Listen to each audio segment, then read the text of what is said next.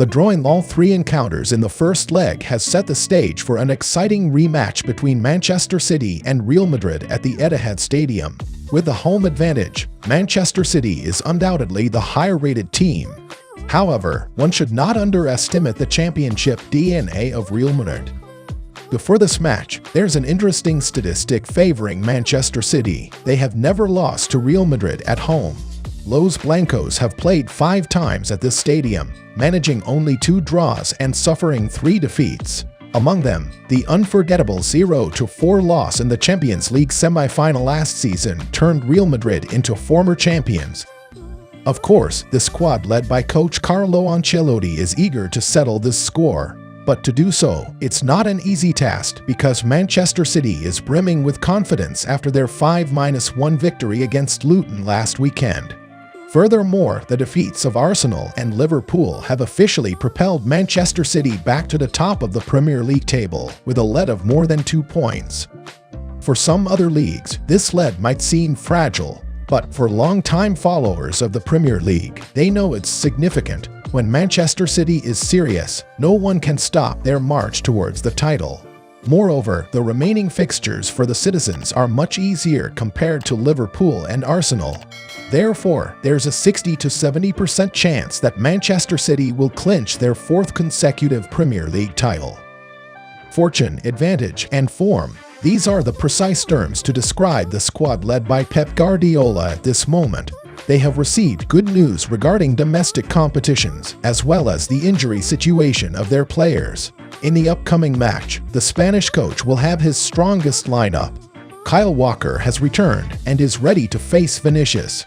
Goalkeeper Ederson Moraes has fully recovered from injury and is back between the posts. Nathan Ake, after the discomfort in the showdown with Arsenal last weekend, is also ready to face the White Kings. Pep's biggest concern at the moment seems to be Erling Haaland's somewhat lackluster form in recent times. A Norwegian forward was completely subdued in the 3-way draw in the first leg and often found himself playing with his back to Thibaut Courtois' goal. However, perhaps that's not what worries Pep the most. He seems to have accepted sacrificing Haaland's goal-scoring ability to turn him into a mobile magnet, drawing 1 to 2 Real Madrid players to create space for the surrounding satellites.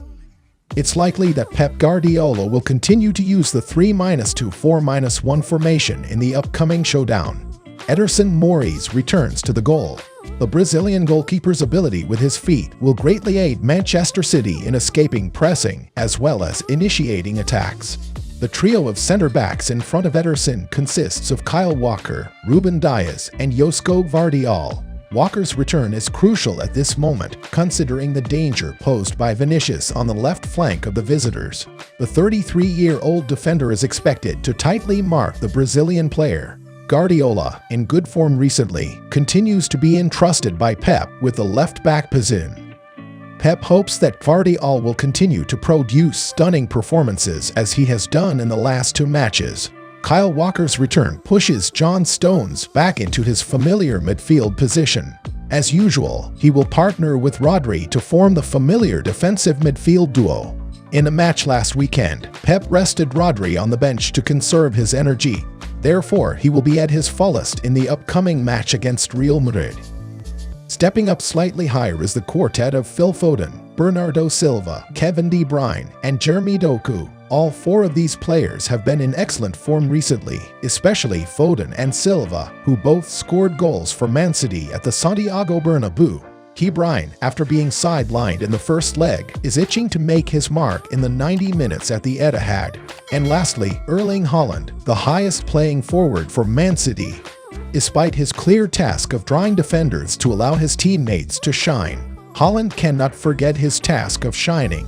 A Norwegian striker must do something in a big match like this to hope to compete for the Ballon d'Or in the future. As for Real Madrid, they fly to England with significant personnel losses. Aurelien Tchouaméni's yellow card in the first leg suspends him from the upcoming match. The absence of the French player is a big blow to Carlo Ancelotti because Tchouaméni can perform well in both midfield and defensive roles. Furthermore, whenever the 23-year-old starts, Real Madrid has never lost this season. That alone speaks volumes about the importance of the World Cup 2022 runner-up. Additionally, this trip also lacks Thibaut Courtois and David Alaba. Both players are sidelined with serious injuries and will certainly miss the rest of the season. However, Eder Militão has recently returned. The Brazilian player has been regularly introduced by Ancelotti from the bench to regain his rhythm and feel for the game after his time on the sidelines due to injury. Despite not having the same mindset as the home team, Real Madrid can still build on their 1-0 victory against Mallorca. That win marked Los Blancos' 15th unbeaten game in all competitions. The race for the La Liga title might offer Real Madrid some peace of mind as they lead second-placed Barcelona by 8 points. Therefore, the Champions League stage is indeed the top priority for the Royal Whites. However, there's a concerning statistic for Los Blancos before this match. Visitors have only progressed twice in the last 10 instances after failing to win in the first leg. This happened in the 1999-2000 and 2012-2013 seasons when Manchester United fell victim to Real. Nevertheless, facing a formidable opponent like Manchester City, those two matches seem somewhat insignificant, especially considering the citizens' 4-0 victory in the second leg of the semi-final last year. The 4-3-1-2 formation is Ancelotti's favorite this season, and he's likely to stick with it in the upcoming clash with Manchester City in 2 days. As usual, Henry Lunin remains the #1 goalkeeper. In the first leg, the Ukrainian goalkeeper didn't have many chances to showcase his skills, as Manchester City's goals were all spectacular and unstoppable. Faced with a fearsome Manchester City attack, Lunin needs to be more focused to minimize goals conceded for Real Madrid. With Tchouaméni absent, captain Nacho Fernandez is likely to return and partner with Antonio Rudiger in central defense in front of Lunin's goal. Although Nacho hasn't maintained top form, his wealth of experience is expected to be vital in this match. Despite Militão's recovery from injury, he's likely to start from the bench. Dani Carvajal and Ferland Mendy will continue as Real Madrid's fullback duo. The midfield trio for the visitors consists of Federico Valverde, Toni Kroos, and Eduardo Camavinga. Going a bit higher up the pitch is the presence of Jude Bellingham. Similar to Erling Haaland, the English midfielder was completely missing in the first leg, raising doubts about his ability in big matches. Above all, Bellingham needs to shine in the upcoming challenging match to dispel doubts and affirm the evaluation that he'll be a strong contender for the Ballon d'Or in the future.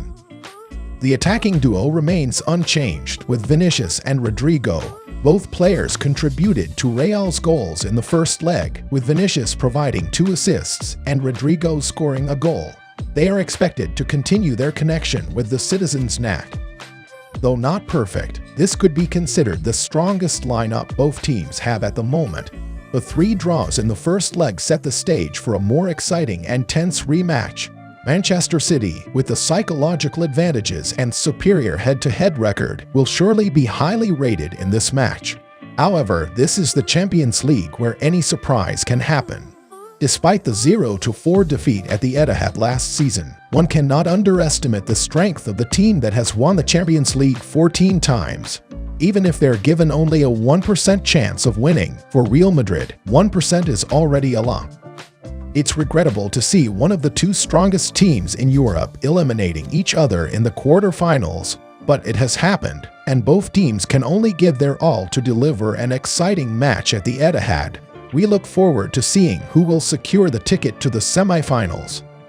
Once again, this is TD Sports. If you found this video interesting, please support us by liking the video and subscribing to the channel to stay updated with the latest and most exciting sports news. See you in the next videos.